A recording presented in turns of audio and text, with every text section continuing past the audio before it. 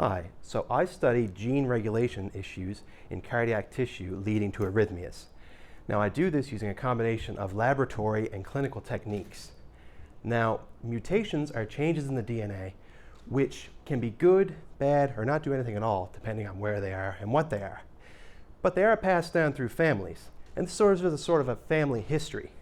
But when you have a mutation which causes a condition like an arrhythmia, which causes an unpredictable, stopping of the heart, leading to loss of consciousness randomly, or sudden death, you can see how this would concern people who might have these conditions in their family. Now, I study these because they tend to hit people young, people my age. They'll just be going along and they'll drop. And that's scary.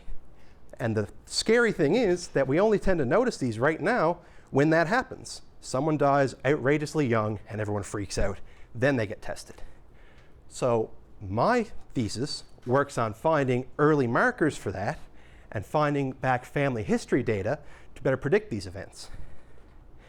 Now, right now what I'm doing is I'm looking at the mutations in question and different mutations around them which aren't really related to it. They're just sort of markers.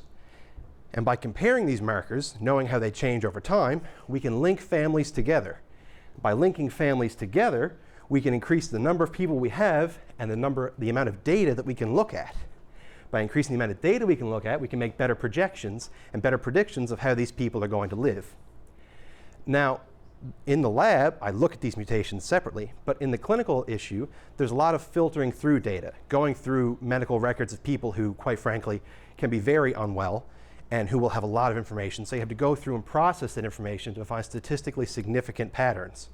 But once you find these patterns, the hope is that you can apply them to not only the family members of people we know are affected, but you can apply them to people who maybe their mother sort of had fainting spells when she was younger, but she grew out of it, so everyone thought it was fine.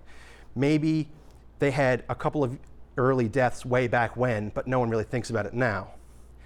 The plan is to use this information to better predict these fatalities so you can stop them from happening, because we do have ways to treat them. If we know a person has this mutation, maybe we have to go as far as to get them a heart transplant. Maybe we implant a defibrillator in their chest so that when their heart does start beating erratically, it shocks it back into a normal rhythm. Or maybe they just have to take 2 pills a day for the rest of their life. Not ideal, but better than dying.